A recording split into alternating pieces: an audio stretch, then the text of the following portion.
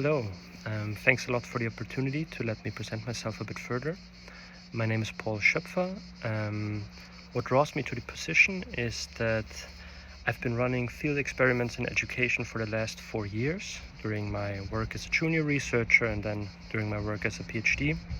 So I ran a couple different randomized controlled trials, and most of them were on structured pedagogy. So I looked at, for example, the effects of frequent testing students on a daily, on a weekly basis, together with the organization NuGlobe, who has a very structured pedagogical approach.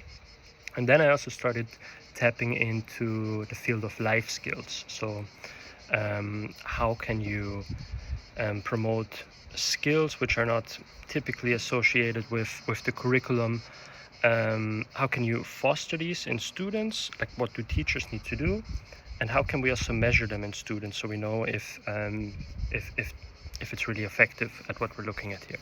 Here, for example, I ran an RCT together with the organization Aflatoon in the Gambia, where we looked at the effectiveness of active learning and teaching, so training of active learning and teaching for teachers, and the effects of this on student outcomes. So I think this team does a lot of work on education. It does work on structured pedagogy, also on climate resilience, which I don't have too much practical experience yet. I did recently start a project on school gardens and the effect of climate resilience on the student, but also the community. But this is something I would be very interested in exploring further. So I think that's why this position is a very good fit, and I think I can connect this to what I've learned previously and bring a lot of skills that will be beneficial for the team. And I also want to kind of strengthen my own research agenda. So an example of a contribution would be in the Gambia, the randomized control trial I mentioned. There I was I was planning and managing the questionnaire and also the outcomes we're looking at. So this was a lot of work because we needed to make sure that the question items correspond with the latent rate we are trying to measure. And then I also did most of the analysis. Further than that, I also supported the team in sharing the findings to the government partners. So I went to the Gambia also for the dissemination event, where I presented the results to government officials, the vice president, minister of basic and secondary education, and basically we talked about the implications of the findings. And we also talked about how this program can be scaled in the future. So I think this was the ultimate goal of the project. This was the goal for the NGO Aflatoon, and also for the Ministry of Basic and Secondary Education. And therefore, I think I did my best to kind of strengthen this discussion around how this can be scaled.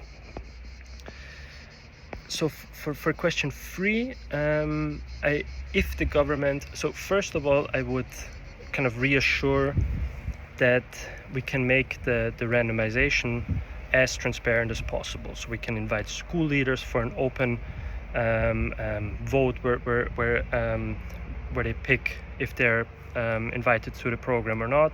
So this can all be done very transparently, and I will try to kind of alleviate any transparency concerns there might be. If full experiment is not preferred by the government, I would first of all propose a stepped wedge, kind of randomize the order of when schools get the program. So one school after another will receive the program, and we have a counterfactual of the schools that didn't receive the program yet. If that's also too much, I would maybe ask for, like, we can do an encouragement design where we not randomize the who gets the program or not, but we can randomize which schools get more help in kind of making the program run. So it's not about access, but about randomizing kind of the push to implementing the program. If this is also not an option, we could do a regression discontinuity by a certain cutoff. We can use test scores or whatever the government finds a good cutoff in that case. And lastly, we can also do a difference in difference if all of these options are not possible. And I mean, the government usually doesn't roll out a program in all schools at the same time, so they can start in their preferred area and we can find matched schools.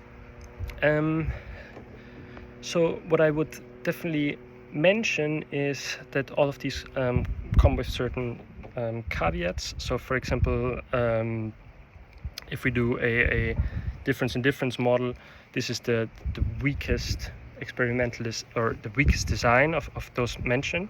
So we have a non-random comparison and we can't prove the parallel trends assumption.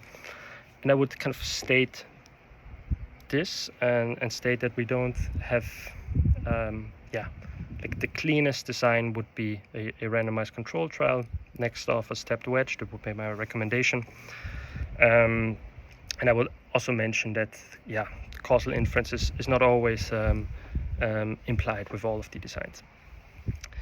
So for question 4, I would continue with where I stopped in the Gambia, and I would really be interested in seeing how active learning methods for teachers can be paired with structured pedagogy. This is also something we came across in the conversations, that this would be very useful to have some kind of structured approach to active learning.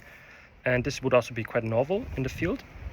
And to link it to the climate, I would first of all look at certain skills which are geared towards climate resilience, such as problem solving, certain coping mechanisms, or household financial skills. And for the design, I would do free arms, control, only active learning, and then structured active learning in like the hybrid version. And I would randomize at school level. Outcomes would be, of course, the skills we want to measure, the ones I've just mentioned, as well as literacy and numeracy. And we could also test if these skills hold up if under shocks, so rainfall shocks, drought shocks, and see if the students perform better. For a partner, we would need someone like Aflatun or a similar provider of such a curriculum. And of course, we need to get the ministry on board. Of course, there's challenges as well. So shocks are unpredictable. We cannot account for that. We might oversample high-risk areas or districts. And of course, also the measurement issue of these skills is there. So thanks a lot, and I hope to hear from you. Goodbye.